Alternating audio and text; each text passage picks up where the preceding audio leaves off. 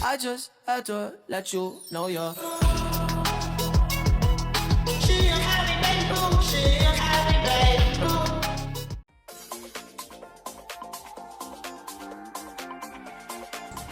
'Fungsi permintaan dan penawaran adalah dua konsep dasar mikroekonomi yang menjadi penentu utama dalam pembentukan harga pasar dan kualitas barang yang secara langsung dapat berdampak pada tingkat keuntungan atau kerugian suatu perusahaan.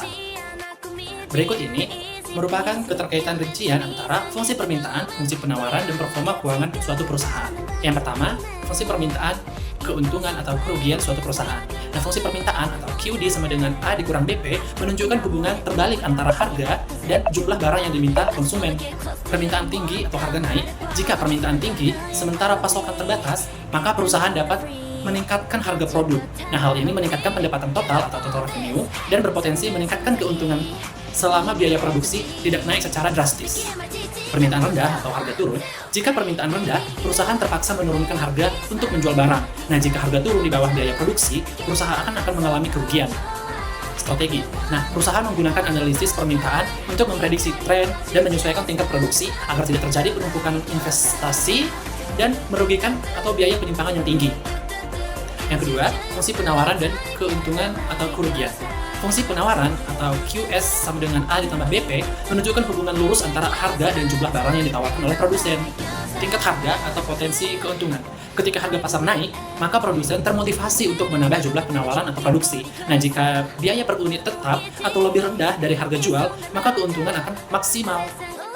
Biaya produksi meningkat. Nah, jika bahan baku naik, fungsi penawaran akan bergeser, maka memaksa perusahaan menaikkan harga atau mengurangi produksi untuk menghindari kerugian. Yang ketiga, keseimbangan atau titik temu sebagai penentu keuntungan. Nah, keuntungan maksimal tercapai ketika perusahaan mampu berpotensi pada harga keseimbangan atau DP sama dengan PS, di mana jumlah yang diminta sama dengan jumlah yang ditawarkan. Kondisi surplus atau kelebihan penawaran. Nah, jika penawaran lebih besar dari permintaan, maka harga akan turun. Hal ini mengurangi margin keuntungan dan bisa menyebabkan kerugian akibat penumpukan barang. Kondisi kekurangan atau kelebihan permintaan. Nah, jika permintaan lebih besar dari penawaran, maka terjadi yang namanya kelangkaan. Nah, perusahaan yang mampu memasok barang akan menikmati keuntungan tinggi. Namun jika tidak, bisa memenuhi peluang keuntungan itu hilang.